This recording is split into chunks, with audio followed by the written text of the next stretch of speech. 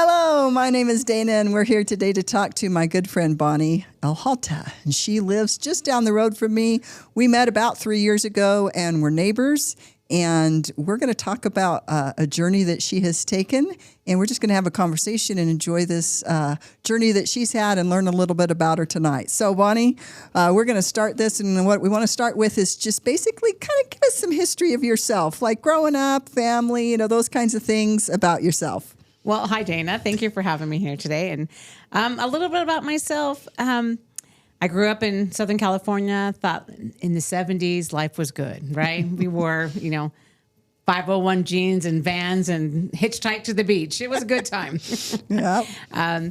Grew up a pretty normal family, mom, dad, and I've got 5 siblings, which is, an average around here. But grateful I grew up with a mother who is a Mayflower descendant, way pro-Americana, and a Palestinian father. So I had quite the cultural mix and learned from a young age a lot about culture and the importance of family heritage and the culture that brings in. So very grateful for that growing up. And I think that has played a huge part in my life throughout the decades. I know. Decades. It's okay, though. Decades. Have spent time here in Utah, went to Brigham Young University, and then took a turn in my life and went into the restaurant industry and spent several decades as an executive in the restaurant industry and really flourished in that and enjoyed my time. And that took me across the country and all sorts of fun cities, lived in the great cities of America, San Francisco, New York, Chicago, Seattle, Austin. So really enjoyed my time. And you put on a good spread because I have been to a spread that you've done, so I know it's good. I'm gonna try. And that came, I think that's part of the family heritage, right? That was a very ingrained in our family was that hosting and being that provider for people. So it was a great upbringing, and have really enjoyed traveling. I've been to some great countries. I've really enjoyed. I love to meet people, and I love to immerse myself into new cultures and to really learn everything I can when I'm in a new environment. So now, would you say that having the dad that you had helps with that too? Absolutely. Yeah. I mean, from the language and learning how to decipher, some of the language growing up, and he really tried to always learn English, and so some of the funny isms that he would come up with. But part of that was being very open to different cultures and accepting of different cultures. I mean, we were eating hummus before hummus was cool, So kind of like that big fat Greek wedding when you're taking that lunch to school. That was me as a kid, right? And so I didn't know it was weird. I didn't know it was strange. That's who we were. And the opportunity with that was to help others and to bring others into that. And so, and that's greatly because of my mom. She's very embracing of everyone. So. Right. Well, and that's a little bit about your mom too, because your mom has a different, we won't tell her story tonight, but she does have a story, right? She does. So not only do I have a Palestinian father, but I have my very Americana mother who was a midwife for ever and delivered over 3,000 babies. And so part of our growing up was moms, babies, and all that comes with that. Yeah. So while I agree, you grew up in America, I think you might have had a little bit of a different grow up in America than perhaps I had a grow up in America. Maybe. And I grew up in Orange County, California, and we had chickens, and I didn't know that was weird. But we lived in the middle of a neighborhood, and we had fruit trees and and chickens and all sorts of things. And, that's just, we thought was normal. Well, you still do now, right? We still do now. You still have that bunny you've been trying to rehome? We got chickens, we got bunnies, we got lambs, we got a horse. So we keep it going. That's fun. Well, awesome. Well, one of those journeys that I've wanted to talk with you about is your journey overseas. And so I just want you to kind of go into that. Tell us where you went, kind of how it all happened, and we'll just kind of go back and forth and talk about this journey that you had and what it's meant. And as soon as you bring that up, I get really emotional about it because it was truly a life-changing experience. And telling you a little bit about my growing up circumstances, it goes right into this experience that I had. COVID happened. COVID wasn't really good to the restaurant industry. So a lot of us were being laid off, or positions were being melded together to try to keep, the stores open. And so as an executive, that wasn't really a great time for us. And so I was in Boston, and I came back to Utah, which is our home base here. And I had this opportunity to meet an old friend, and she said something about the USO. And I was like, Bob Hope? I'm like, what? That's all I knew of the USO was Bob Hope, right? Yeah, does anybody know who Bob Hope is today, right? For those of you that are younger, he was a famous entertainer.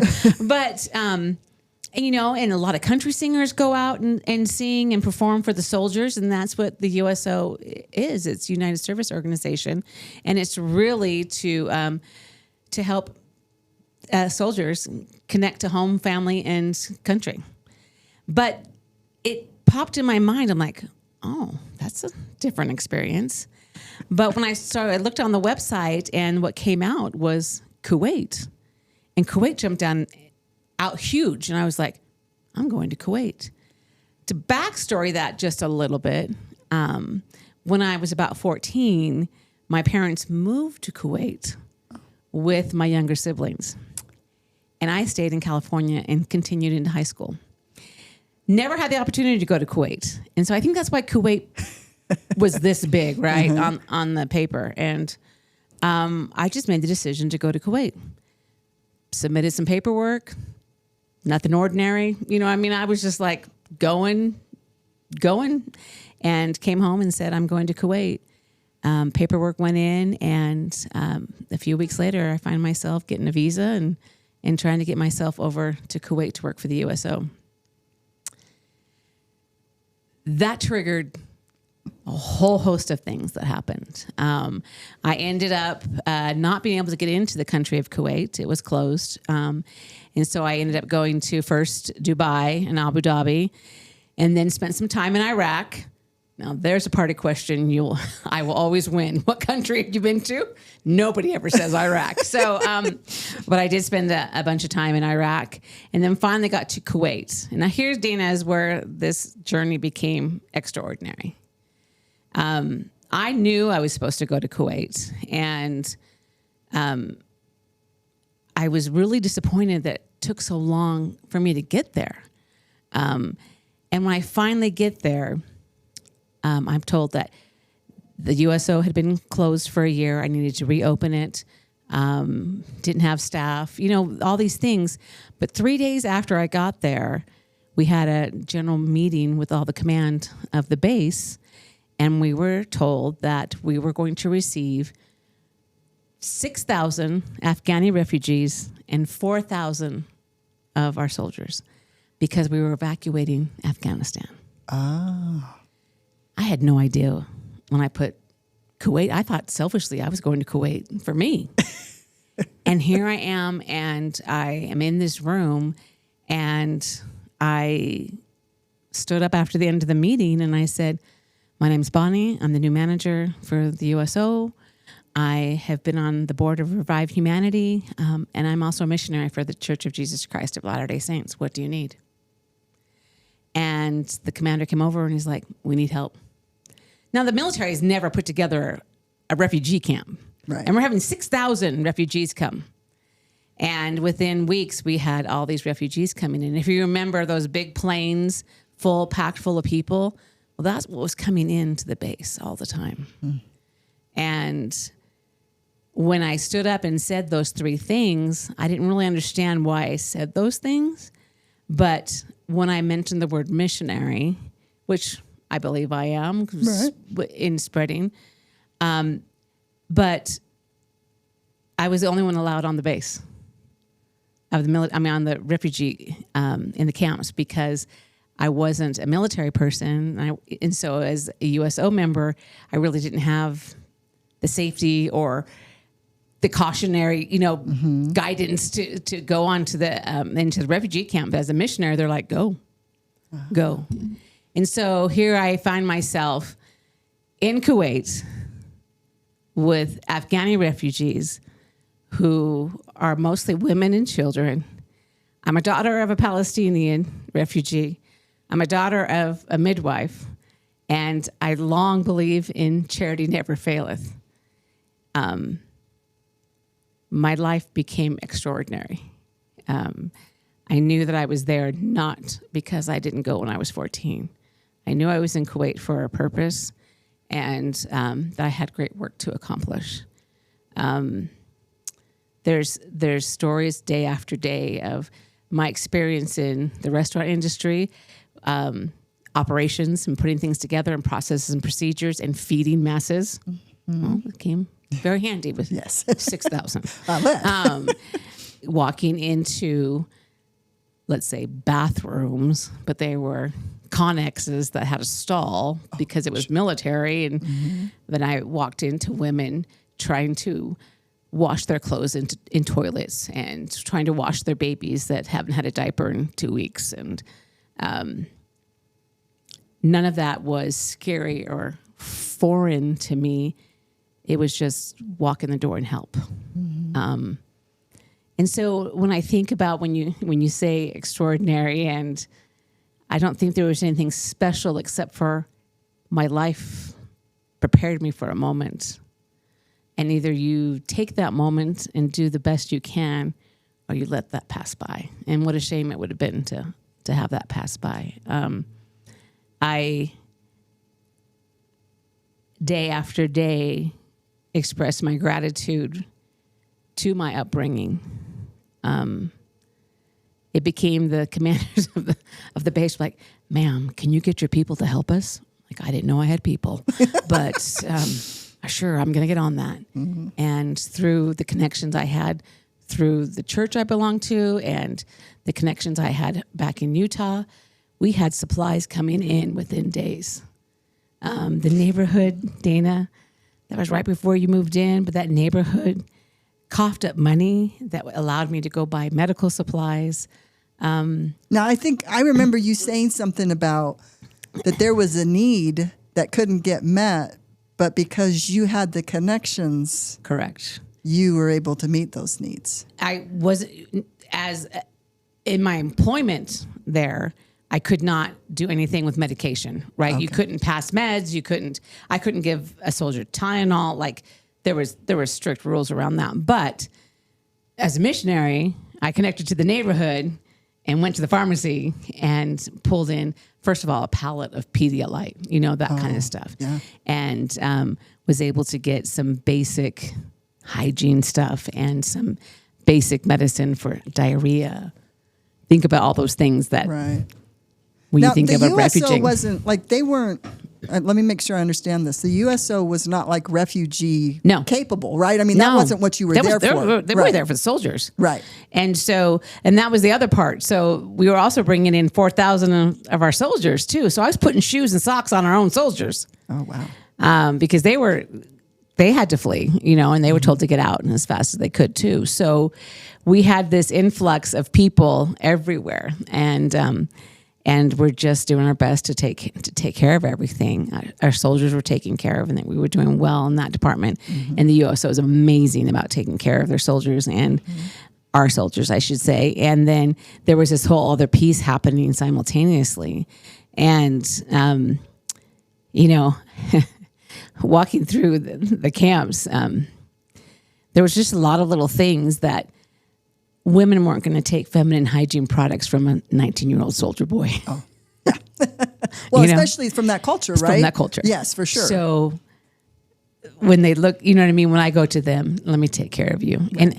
And make that connection. I wasn't saying, soldier, get out of here. I was like, we forgot. I need to go to them. Right. They weren't going to come in and get stuff from a 19-year-old boy with a rifle in his hand. Now, did you have staff at all with USO besides yourself? I did have staff, but because I mentioned that missionary. Right. They couldn't actually be a part of the refugee it wasn't the same stuff. as going through. But I had amazing staff. And we went out daily to help our soldiers. We were delivering, you imagine it's like 120 degrees, and we're trying to freeze popsicles and try to get them out to the soldiers Before they melt, right? Before they melt. But it was a magical time of watching my life have meaning. And all the steps up to it. And all right? I would have never thought at 14 that I was going to go to Kuwait. I would never thought, knowing all the things from my mom growing up, it was just her job. You know what I mean? That would come in handy when I'm now in this room full of women that are either nursing or pregnant or, you know what I mean, just had a small child. Right. That wasn't foreign to me. Right. Does that make sense? So yeah, that was for sure, because you wouldn't think of that. Like, let's think about it. It didn't even think how that many it was people, different. That could have been my house on a Wednesday night at clinic. I mean, I didn't know, Right. And how many people have so many babies? Do you know what I mean? Right. Like that you're around it enough that it's not really put off. You're not really wasn't put put off about it, right? No, You're just very familiar with that type of thing. And not everybody has that. No matter where they've been, they don't always have that. So it's so fascinating to see that where you've come through and prepared you for where you were going to be. Where I needed to be. Yeah. And culturally, I knew what spices and food and, it made sense. And hot dogs and canned peaches were not the answer. You know what I'm saying? And so MREs. yeah. So it was all of that and putting together the stuff. I'm like, we didn't need to get new clothes for them. They needed to be able to wash their clothes. They're moms. Right. They need a bucket of soapy water and something to hang their clothes on. There was no suitcase to put in new clothes. So they really didn't need more stuff. We needed to help them with the stuff they had. And when I talk to people about how you interact with unfortunate people that come with nothing, taking them to Walmart is not the answer. Yeah. But we would think that. We think, right? oh yeah, whoa. Yeah. That's so overwhelming. Yeah. Let's get to a store where we can see the spices in the clear bag and they know what they're going to cook with and they've got rice and a pot and a spoon because they want to take care of their families. Right. And we think that more is better instead of familiar is safe. And they would need that because they just got need removed, right? Yeah. And familiar stuff is safe. Right. Always safe. Right, for sure. So super amazing opportunity. It's unfortunate in the situation we are in now politically in the world. I mean, the times in Iraq were filled with days of the sirens going off and you're hiding for cover. And I was going to ask you about that. Were there times where you felt fear while you were out going in this? And was it more in Iraq, or did you feel more safe in Kuwait, or how was that for you? I will tell you, I don't remember ever being afraid. Nice. And why do you think that is? Because I was supposed to be there. There you go. Right. There were times when the sirens would go off, incoming, and you'd have to go to shelter. And I'd walk to shelter. So was that in that was in Iraq. Okay. That was in Iraq. Kuwait, we only had one incident where the base was shut down because some people had smuggled into the base in a big truck, and so the base was shut down. But again, I walked home to my place, and everyone's like, "Ma'am, you gotta." I'm like, "I'll just walk." You know what I mean? I'm just. I want to check on my people, make sure all my people are safe first, and make sure everyone's good. I think part of that comes, Dana, I was older. Most people that are serving in this capacity are mid-20s, maybe 30. Mm-hmm. The soldiers are all 18 to 25, except for the, ranking officers. And so I think the age played a lot of the safety and security, but really understanding that the timing of where I was what I was supposed to be doing. I think added to that feeling of safety. Plus when you were in Iraq, you weren't actually on that journey that you were over there for yet. Right, not yet. And so it was like, there's got to be something coming, right? I knew that there's been a couple times in my life where I'm like, by the way, I'm moving to San Francisco with my job. Okay, have a good time. Go. Oh, by the way, I'm moving to Boston. Okay, So that was part of my life of going after a new experience and feeling very confident that I made a good choice and went. And sometimes it worked out well. Sometimes it didn't. Don't begrudge any of the places I've lived, but there was definitely ups and downs with it, but always knew that I was making a good decision about where I was going. And then when you look back and you see how it all played together, it's miraculous. I think that it's an opportunity for all of us to take a look at, do you just live your day to day, or do you really think about, I need to be, cognizant of what I'm doing today, and how does that play out? Sure. If I think about all the things that happened while we were over there, nothing was spectacular, but everything was sacred. Yeah, that journey that you've been on, learning and growing. So tell us a little bit about the culture. I want to hear about some of the fun. You were talking to us about a camel, so that's kind of fun. So love my little camel. Talk to us about a little bit of some of the culture. Do and you the want fun to see the stuff. camel? Yes, we want to see if I can find the camel for you. So outside of the base of Kuwait, if we could get to Kuwait City, there was a camel that. There he is. Yeah, look at that. He loved peanut butter crackers. Hey, like the cheese peanut butter crackers, or just the regular peanut butter? The little not the cheese ones. There's the little ones. Yeah, okay. But he was outside when I'd go outside the gates, and he'd come to the window, and he loved crackers. That was my buddy. Oh. It was super fun to think they're such huge animals. Are they really? Yeah, they're big. And what's amazing is that when you're walking in see, there's not a lot of grass around there. Did you see? Oh, yeah. That was our front yard. That was the middle of the desert right there. But it's amazing because as the camels are older, you never see any herdsmen or shepherds or, or the people watching. Nope. And they just go up and down and they go back to where they're going. But in the spring when they have babies, then you see all the men guiding them. It's like this training process. Oh, really? It was really kind of amazing to watch. Yeah. And then once the babies seemed to know their path, then they were good, and they would. So did they use the camels for? You see, he's got a little pad on. I see that. Sometimes they packed things. Sometimes, and there were herds of them, but they were all working. Oh, okay. So they were like working animals. Yeah, they were working animals. They weren't not like pets like we have. No, but he was kind of cute. But he was kind of fun to watch outside the base. He was a good kid. That's funny. I mean, who do you think? You'd have a camel. There was. I wanted to show you.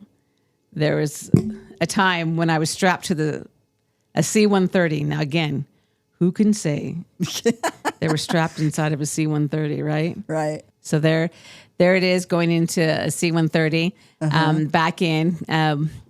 What's kind of fun is that you don't realize that it might be 120-something degrees outside, and those jet engines are going. And my friend, she's like, wear long sleeves. I'm like, wear long sleeves? Are you kidding me?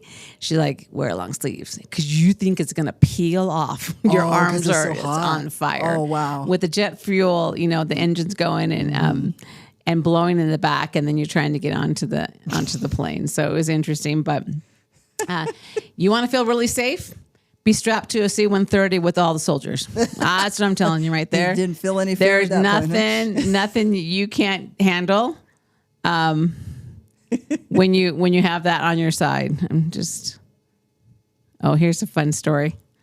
Again, it's probably 100-something degrees outside, but my job at the USO was to connect soldiers to home, family, and country. Look at that picture. Oh my gosh. What does that tell you? Is that connecting to home and family right there? I ordered these cute little candles, and they were bonfire, and you have a little fire, and you can see the chocolate bars kind of mushing down at the side. It was hard to get chocolate bars, but and then those are kind of marshmallows. You can they look a little narrow there. But we did what we could. You're in Iraq. What are you going to do? That's funny. And it was fun to make s'mores. And you want to see grown men cry. They were having such a good time with that's so making s'mores. It was really fun. But Yeah. that was kind of, so while all this other stuff was going on, there was this still connection that you want to encourage the soldiers. You know what I mean? You're trying to really connect them so they were safe in their thoughts and feelings because they had a lot to do. There was a lot going on. Yeah. And so their job was heavy. Yeah. And so the more that we could do to alleviate that. Right. The restaurant industry, I'm not afraid to cook, yeah, right? there you So go. I found ingredients all over the place and could make things happen. And when you are on rations, anything that you can to make a sweet treat, it was really fun. My goal at one point, Dana, was to use 50 packages of instant oatmeal a day because I found cases and cases and cases of instant oatmeal. So the goal was 50 a day. And making protein balls or cookies or anything I could do. One of my favorite stories was making peach cobbler. Oh. I don't know how many days we had canned peaches. I'm just saying. Not sure that canned peaches should be a food, but they apparently last a long time. So, and in the heat, we had canned peaches. And so one day I took the oatmeal and made a little cobbler, right? And there was a group from Spain. They were off a little island in Spain. And they were like, "Ma'am, what is this?" And I said, "It's cobbler." "Cobble? What is this cobble?" And I'm like, "Well, it's cobbler, but it's peaches and kind of cake." And they're like, "This is magic." And I was like, "Have you never had cobble before?" And they're like, "No." And so and they're like, "You make more?" I'm like, "I will totally make it whatever you want to." And so I'd find on my desk these little containers of canned peaches that they would take from the defact and they would bring to me so I could make more cobble. It was so cute. That is cute. Isn't that fun? It is just fun, you know. So while all this other stuff was going on and preparing me to get to the final stuff in Kuwait, it was really, again, all of my journey. Like, of course, I wasn't afraid to cook. Of course, I wasn't afraid to feed masses. You know what I mean? It wasn't unfamiliar to me. Does that make sense? Yeah, for sure. And so it just became easy to share my life in these circumstances. Yeah, because your life hadn't been kind of a narrow path. You had gone off branches and here and there to make it wide and have a little bit more experience in order to bring that to those people that needed it at the time. It worked. Yeah, It worked. for sure. It worked. So for I do sure. have a question. So when they get these refugees like that, like who's providing the food? So it was great. The Kuwaiti government at the time was funding quite a bit of it, but then we were bringing in supplies. And again, great testimony I have of the workings of the church. Reaching out to them, we had access to what we needed quickly. Mm-hmm. Well, we do know that they have quite the humanitarian process, and it's very quick responsive time. I Very believe. quick. And you know what, Dana? I was telling this to somebody the other day. We don't even realize the whole process that we have. Like when we take clothes that might be tattered or not really in top shape, we still take it to DI, right? Mm-hmm. And there's a whole process of washing and mending and trying to resell and reship that stuff. I learned there's other organizations that when they get those, they just burn them. They don't have a system to take care of those kinds of items. I was shocked. I was like, these big names that we know, in our country of organizations that help, but they don't have all these other processes in place. I was really surprised by that. Well, and that process allows people who may need some type of employment or help and stuff to be a part of what's going on. There's just this whole bigger picture of just we have stuff and we give stuff. But how we get it and how we give it is amazing. That is amazing. So I find it interesting because I do love our neighborhood too. Yeah. So when you mentioned that they all stepped up, I kind of picture families, different people. I don't know everybody in the neighborhood. I've been here, 20 years or whatever, like you guys have been, but I see that and I would imagine that the stories that they would have to share about just being able to give would be, yeah. It was just heartwarming. Mm-hmm. And I often joke in our neighborhood that we can cook it, kill it, birth it, sew it, music it, you know what I mean? Guard it, hunt it, fix it, you know, from fixing a car to birthing a baby to growing a fruit tree, canning it. Our neighborhood's pretty special about that. And when one phone call was made about I need help, there wasn't a hesitation. Yeah, there wasn't a hesitation. Awesome? And some of that, I'm sure, is because I know that you and your family living there also included neighbors in a lot of stuff that you do. Because I know you have your annual, is it July 4th? We do a July 4th thing. We do a Halloween, we just... And again, we live on a corner, and so it's great to bring the community together. And my parents were big arms open. Yeah. They taught us that. That's what you do. The house is always open. You hungry, you get fed. And we believe in loaves and fishes. There's great family stories about that, and how when you're doing what you should be doing, it won't run out. So let's take that over to Kuwait and talk about the community that you were able to work with and develop within the refugees that were there. How did that translate? How did you help them be able to kind of form some community? A little red wagon, I will tell you that. Okay. So it wasn't red, it was blue, but the term red wagon, everyone knows. There was a point when I realized that the women weren't going to come and get what they needed, and they were embarrassed, and there was a lot of insecurity and worry, and so I set up a store kind of thing, and working with the United Nations group, and we kind of made this make it normal, like, what do you need? Oh, you need toothpaste, soap, shampoo, like that kind of stuff, and put little kits together. So then it was some kind of normality, right? Mm-hmm. Instead of just so overwhelmed that I don't know what can I have, right? Right. But then I took a wagon around and would go from tent to tent and say, what do you need? And try to be that it's okay to come outside. We're here to help you. And that just made it easy to the next day to go. So then my team at the USO were like, let's bring out some footballs, which are soccer balls, right? Mm-hmm.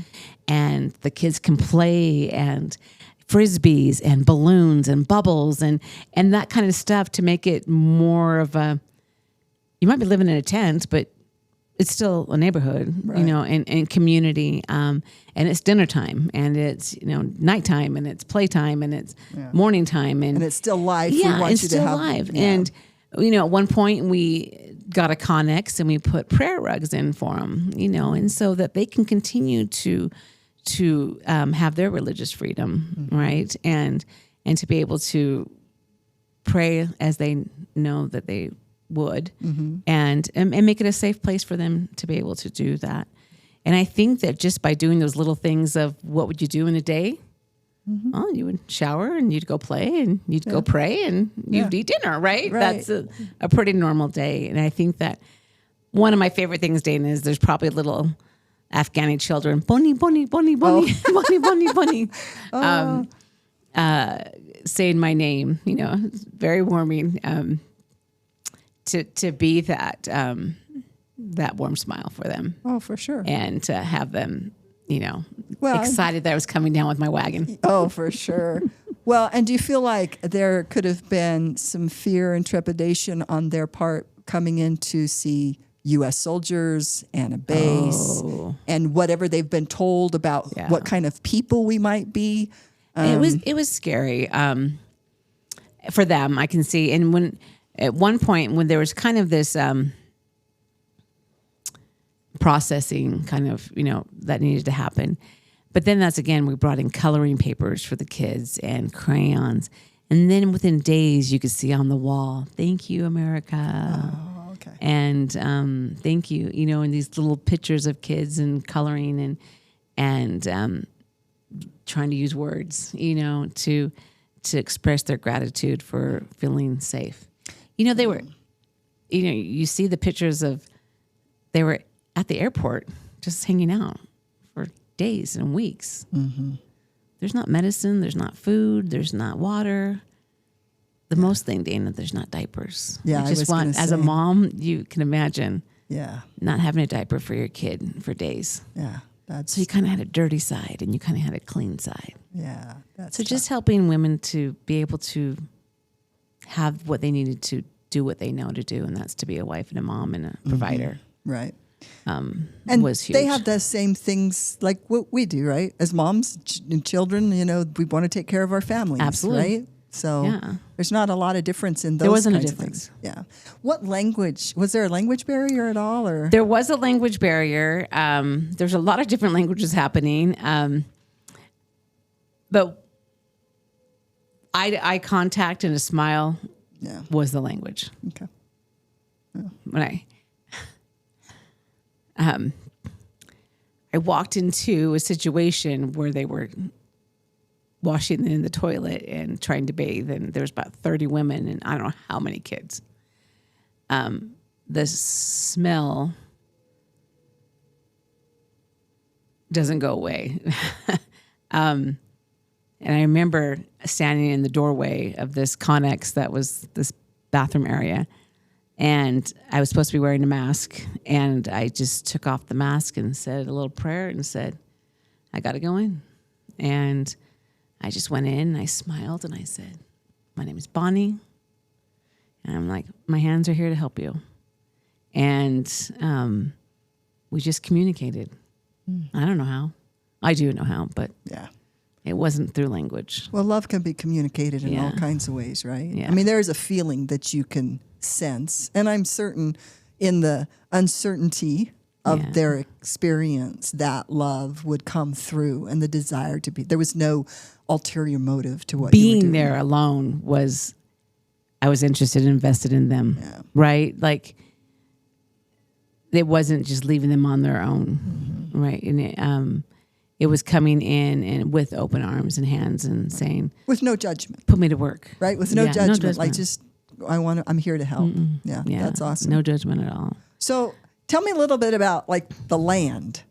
You said desert, but you said heat. So tell us a little bit. About. I think my hottest day was 136. Oh my goodness. That was in Iraq. Did you just drip? Actually, thank you, Dad. No, I did not. Oh, really? So I walked to my office, to the facility every day, and those same Spaniards, ma'am, you want to drive? I'm like, no, I'm good. But that's got to be my dad. That's got to be my dad's side of the family. Take that heat. Just a desert girl, and I could take that heat. That's awesome. Yeah, it was hot. Mm-hmm. It was hot. It was barren. I didn't see much in Iraq, but desert and barren. Mm-hmm. But Kuwait in the city was beautiful. Was it? In Kuwait City, but out where we were, desert. Mm-hmm. But the desert has a beauty too. Oh, yeah. Sunrise and sunset is spectacular. Oh yeah, for sure. So it was just nice to see the difference. Mm-hmm. And again, spend time in Utah, you're dry. Oh yeah, well, that's for sure.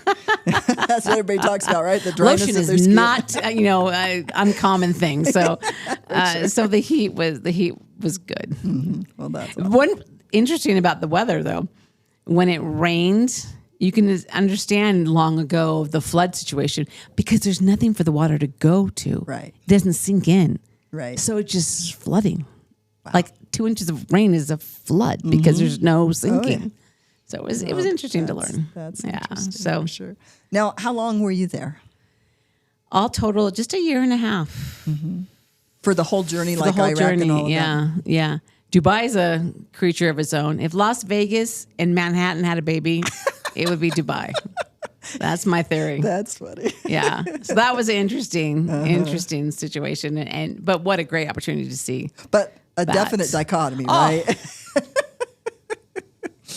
The money of the money to the none of the none. Yeah. In a matter of weeks. Yeah. That's awesome. But It was fun. Share with us one of the most touching moments that you can think of, if you haven't already shared with us what that you had while you were in that instance. In that time in the Middle East, there was two.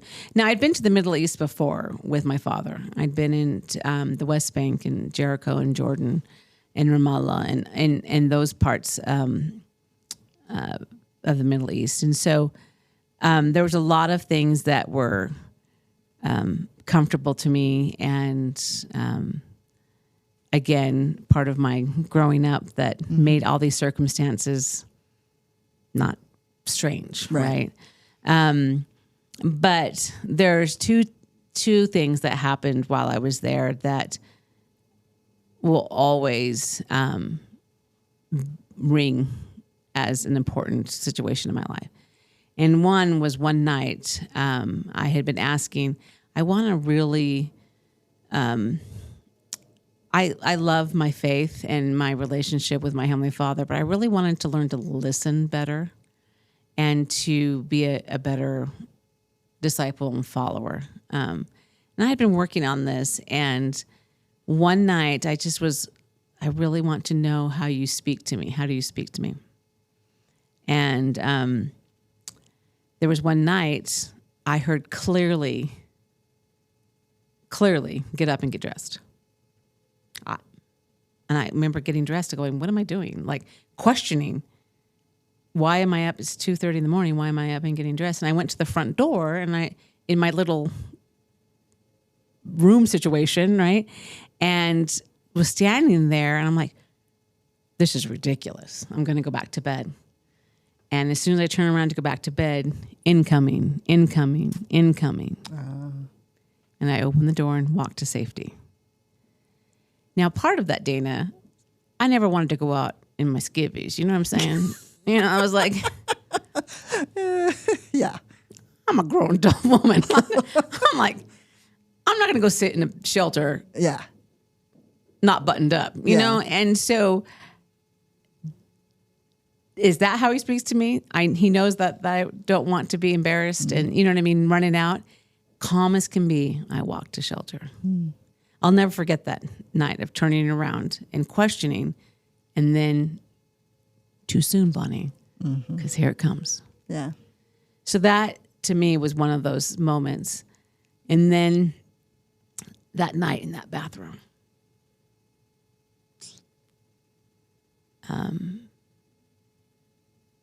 again, the smell, the noise, the sadness, the desperation, the helplessness of a people just trying to do what they could.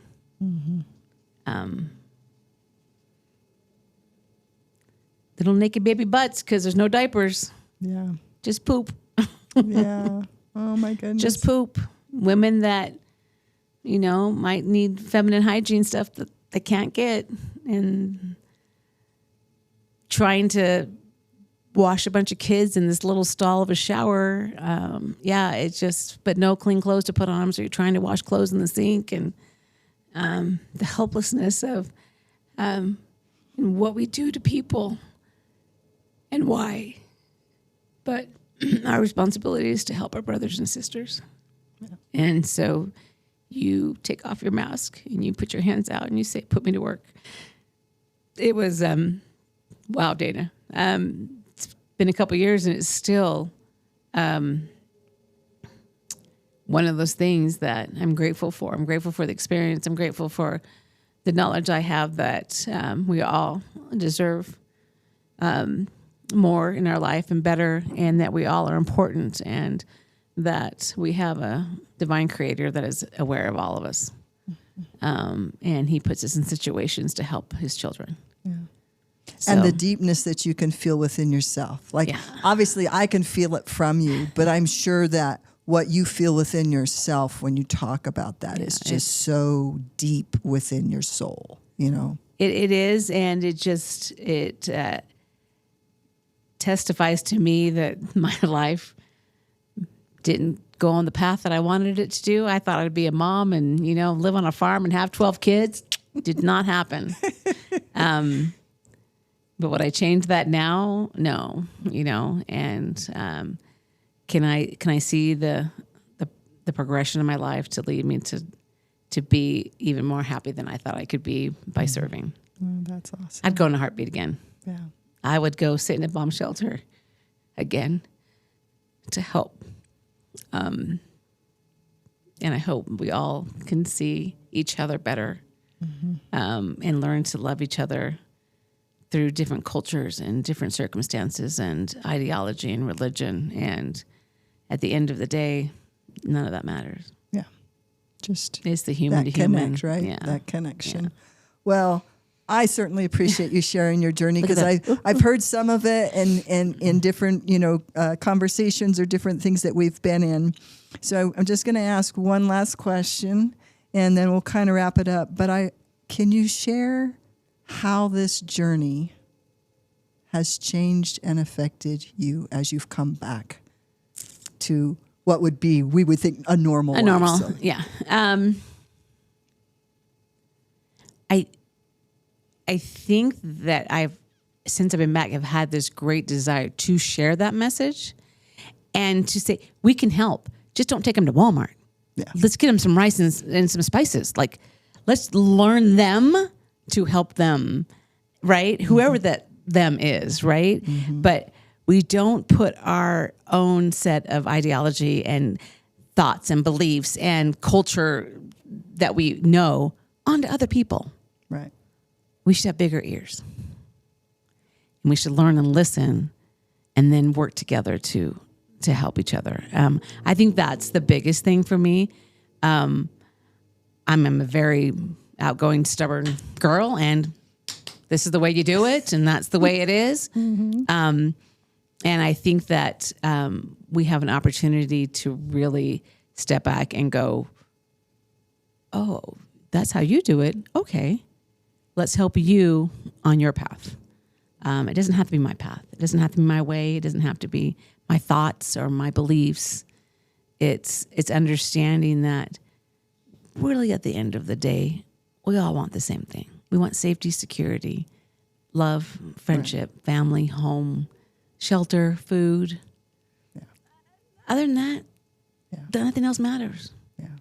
And I think that's the biggest thing through the experiences over those years, that it was just a way to come back and go, I really don't need all this. And we really just need to listen and love each other. Nice. Awesome. Well, Bonnie, I really appreciate you coming and visiting with me. I know you're like, well, you want to do what? I know. I'm like, oh, what? Dana. But I appreciate it. I think people's journeys are fascinating, and I think that we connect with people through our stories and through our journey. And a lot of times we'll look around each other, and we don't necessarily know the journey that somebody's had, but most people have some type of unique journey in their lives, and it's very inspiring, and also just helps us to know we can all be better people. So We should. thanks, Bonnie. Thanks, Dana.